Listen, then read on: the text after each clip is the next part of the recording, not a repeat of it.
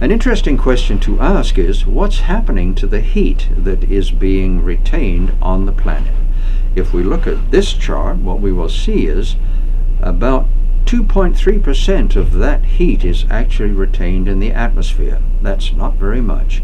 And as we look at decreasing amounts, we see almost the same amount is retained in the land masses that are our continents.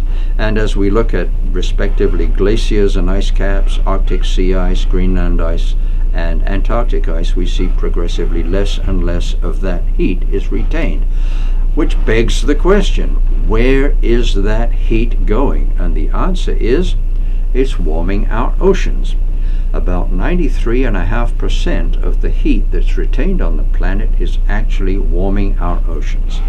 Again, we are grateful to our oceans for doing that, because if they weren't retaining that much heat, our atmosphere would be about 65 degrees Fahrenheit warmer, and instead of hovering around 60 degrees Fahrenheit on average, our atmosphere would be about 125 degrees Fahrenheit, which you can imagine would be pretty toasty.